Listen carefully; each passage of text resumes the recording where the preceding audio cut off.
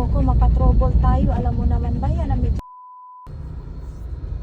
Nakalabas si Coco. Si Coco nga. Tingnan mo.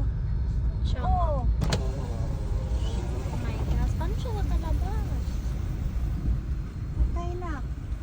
Oh, alam niya. Oh, aalis kami. Dali na, sakay ka na. Saan niyo ba pasakyan? Buksan niyo. Nasa dudo. Ayun na. Oh, sige, pasakyan mo para ihatid.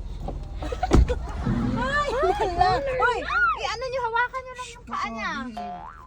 Hawakan niyo yung paa niya. Diyos ko, instead na aalis tayo simba. Paano siya nakalabas? Ba't siya nakalabas? Oh, get close. Yung Hindi. Nung kanina parang narinig ko yata na tinatawag ni Papa ko niyo. Ayan, tapos nakalabas pala ito. Diyos ko, ikaw gidong ba na? Ano na lang dito ka dong? Ang hilig niyan sumakay ng sasakyan pero ihatid pala pa uwi. Ay, naku, nagod lagi yung mga trials. Magsimba ka. O, ito kay Clara Coco. Magsisimba ka niyo. ano pa naman yung panisa? Yung panyo ko niyo ay nagatulo ang laway niyan. Kanina pa siguro yung sige takbo ito sa labas.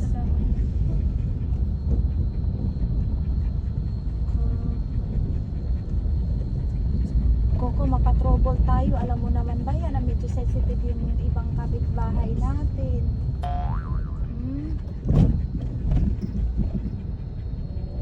Kaya ayoko talaga kayong palabasin. Ayoko na may makomment yung mga kapitbahay natin. Gusto ko nasa loob lang kayo ng bahay. Malawak naman yung space eh. Oh, sino magpalabas sa kanya doon? Awayin na naman yan, Brown. Dito na lang sa kabila. Wait lang muna ka. Ano na ng tali. Psst. Coconut.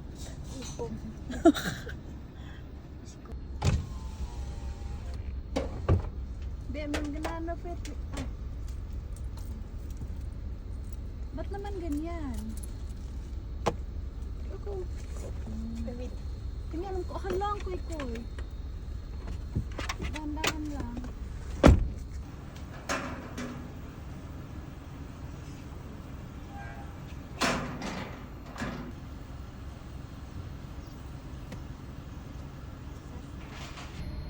Ang bilis niyang makalabas. Umuulan pa naman ngayon. Nagsisimba kami today, mga kamama.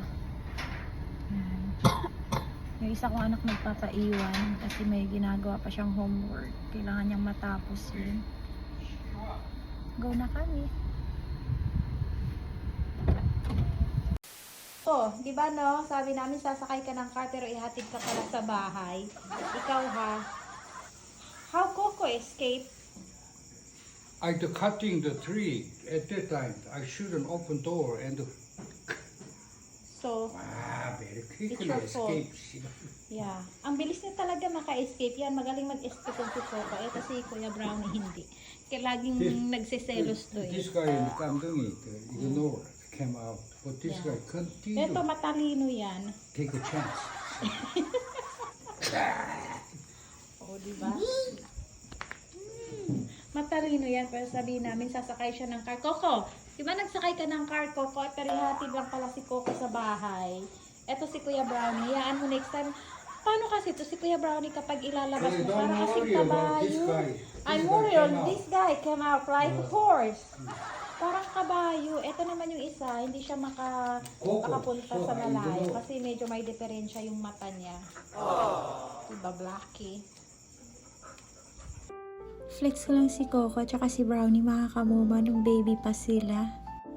Ang taba-ching-ching nila. Tapos lagi namin kinakarga at hinahag. Simula nga pala nung baby pa lang sila, sobrang kulit na nila. Tapos pinagtripan nila si Uncle Fifi, o yan. Nahatak hinuon.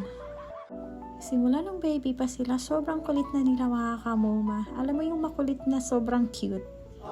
Si Fifi same size pa rin pero sila sobrang laki na.